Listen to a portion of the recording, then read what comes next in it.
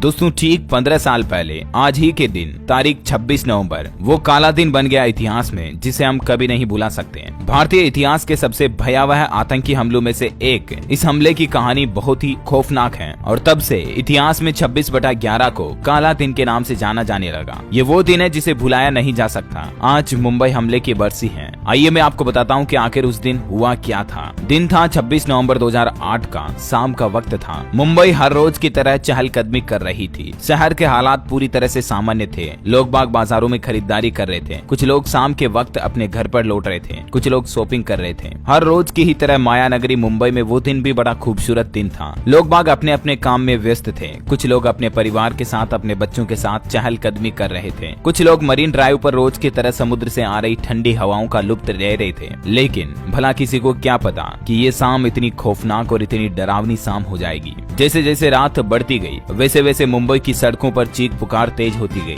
मानो पूरा मुंबई शहर ही चीखने और चिल्लाने की आवाजों से दहल उठा था। दरअसल दोस्तों, इस खौफनाक दिन की शुरुआत ठीक 3 दिन पहले ही हो जाती है। यानी कि मुंबई हमले से 3 दिन पहले 23 नवंबर को पाकिस्तान के कराची से समुद्री रास्ते से एक नाव के जरिए कुछ आतंकी मुंबई पहुंचे थे। दरअसल ये नाव भी भारतीय नाव ही थी, बोट थी, और आतंकियों ने उस नाव को हाईजैक कर लिया था। लगभग उस नाव में 4 भारतीय बैठे थे, जिनको मौत के घाट उतारते हुए उस नाव पर उन आतंकियों ने कब्जा कर लिया, जो पाकिस्तान की कराची से भारत आने वाले थे। समय था रात तकरीबन 8 बजे। आतंकी कोलाबा के पास कफ परेड के मछली बाजार पर उतरे थे और यहाँ से वो 4 अलग अलग समूहों में, अलग अलग ग्रुप में टूट गए और टैक्सी लेकर अपनी अपनी मंजिलों की ओर बढ़ गए। ये बात है 23 नवंबर की रात की, जो मैं आपको बता रहा हूँ। 26/11 के दिन से पहले ही 3 दिन पहले किस तरह से प्लानिंग की शुरुआत हुई। बताया जाता है कि जब वो आतंकी सारे लोग बाग मछली बाजार में उतरे थे तो उन्हें वहाँ देखकर कुछ मछुआरों को शक भी हुआ था। और ये भी जानकारी है कि उन मछुआरों ने इस बात की जानकारी स्थानीय पुलिस के पास भी पहुंचाई थी, लेकिन पुलिस ने कुछ खास ध्यान नहीं दिया। उसी रात पुलिस को ठीक 9:30 बजे छत्रपति शिवाजी रेलवे टर्मिनल पर गोलीबारी की खबर मिलती है। बताया गया कि यहाँ रेलवे स्टेशन के मुख्य हॉल में 2 हमलवारों ने अंधाधुंध गोलीबारी शुरू कर दी है। इन हमलवारों में एक का नाम था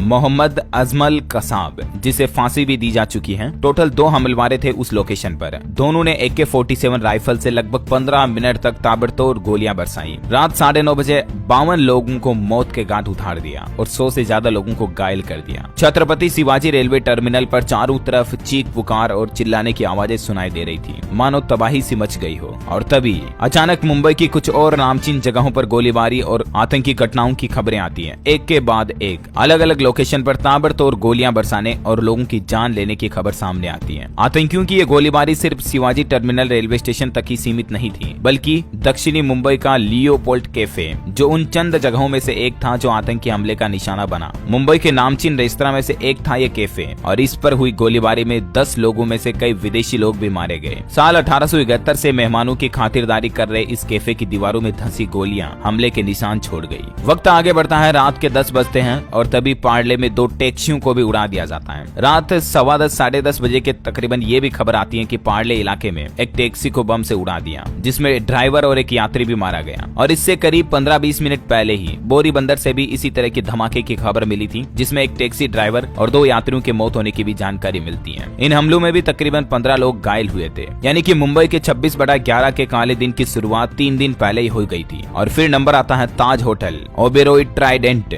और नरीमन हाउस का। भारतीय इतिहास के सबसे भयावह आतंकी हमलों में से एक इस हमले की कहानी यहीं खत्म नहीं होती है दोस्तों। 23 तारीख के बाद 24 और 25 को भी माहौल उतना ही खौफनाक रहता है, लेकिन 26 तारीख को 3 बड़े मोर्चों पर मुंबई में हमला होता है। मुंबई का ताज होटल, एक और मुंबई की बड़ी लोकेशन ओबेरॉय ट्राइडेंट होटल और एक था नरीमन हाउस, जो मुंबई का दिल कहा जाता है। जब हमला हुआ तो ताज होटल में तकरीबन 450 और ओबेरॉय होटल में 380 मेहमान मौजूद थे। खास तौर से ताज होटल की इमारत से निकलता धुआं तो बाद में मुंबई पर हुए इस हमले की पहचान ही बन गया। ये तस्वीर आपने मीडिया में काफी देखी होगी। इस तस्वीर को देखते ही हर भारतीय के दिल में मुंबई का वो खौफनाक दिन याद आ जाता है। हमले की अगली सुबह यानी कि ठीक 27 नवंबर को खबर मिलती है कि ताज होटल के सभी बंधकों को छुड़ा लिया गया, लेकिन बाद में ये भी खबर मिली कि कुछ लोग अभी भी आतंकी आतंकियों के कब्जे में है, जिनमें कई विदेशी मेहमान भी शामिल थे। हमलों के दौरान दोनों ही होटल में हमारी सेना के बेस्ट से बेस्ट कमांडोज भी गए। Rapid action force, RPF, marine commando और नेशनल सिक्योरिटी गार्ड एनएसजी के कमांडो से भी दोनों होटल गिर गए। मीडिया की लाइव कवरेज से आतंकवादियों को खासी मदद मिली, क्योंकि उन्हें सुरक्षा बलों की हर हरकत के बारे में टीवी पर पता चल रहा था। सुरक्षा बलों और आतंकवादियों के बीच तकरीबन ये मुठभेड़ 3 दिन तक चली। इस दौरान मुंबई में धमाके हुए, आग लगी, गोलियां चली और बंदूकों को लेकर उम्मीदें भी टूटती और जुड़ती रही। न सिर्फ भारत से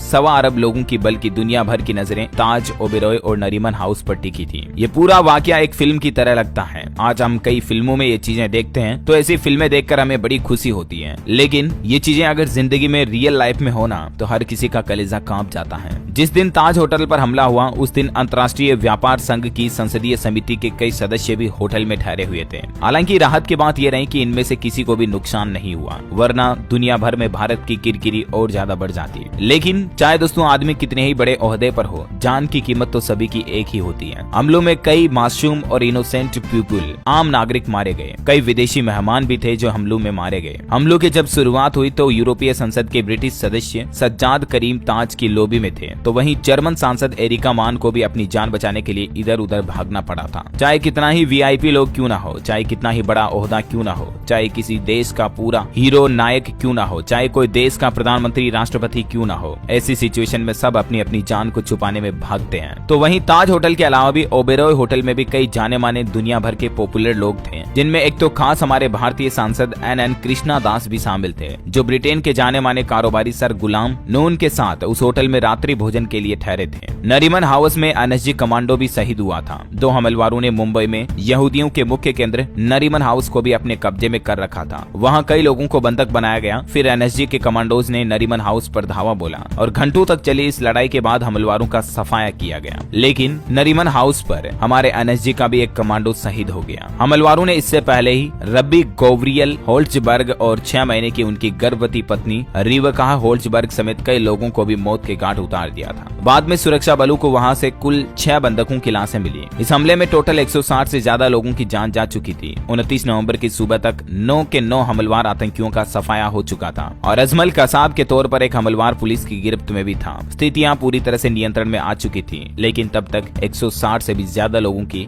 जान जा चुकी थी। इस 26/11 की पूरी कहानी में 160 से ज्यादा लोग तो मारे गए, 300 से ज्यादा लोग घायल हुए। इस पूरी कहानी में एक हीरो जो हमें छोड़कर चला गया वो था शहीद मेजर उन्नी कृष्णन। उनके आखिरी शब्द थे, ऊपर मत आना, मैं उन्हें संभाल लूंगा। आतंकियों से मुकाबला करते हुए एनएसजी कमांडो मेजर संदीप उन्नी कृष्णन 28 नवंबर 2008 को शहीद हो गए थे। उनसे मुकाबला करते हुए आज देश की राष्ट्रपति द्रौपदी मुर्मू ने 26/11 के सभी शहीदों को याद किया और उन्हें श्रद्धांजलि भी दी। साथ ही देश के प्रधानमंत्री नरेंद्र मोदी, उत्तर प्रदेश के मुख्यमंत्री योगी आदित्यनाथ समेत सभी बड़े दिग्गज नेताओं ने भी 26/11 के शहीदों को नमन किया। महाराष्ट्र सरकार की तरफ से एक फैसला लिया गया आज कि 26/11 के शहीद राहुल शिंदे के नाम पर होगा गांव का नाम। महाराष्ट्र का सुल्तानपुर अब बना राहुल नगर। तो दोस्तों 26/11 में मेजर संदीप उन्नी कृष्णन, राहुल और भी उन समेत कई वीर लोगों को बचाने के लिए, हमारे लिए, हमारे देश के लिए, इस धरती के लिए, इस भारत माटी के लिए शहीद हो गए थे। हम सब की तरफ से 26/11 के सभी शहीदों के लिए भी अश्रुपूरित भावपूर्ण श्रद्धांजलि दिल से। जब तक भारतवर्ष रहेगा, जब तक ये दुनिया रहेगी, जब तक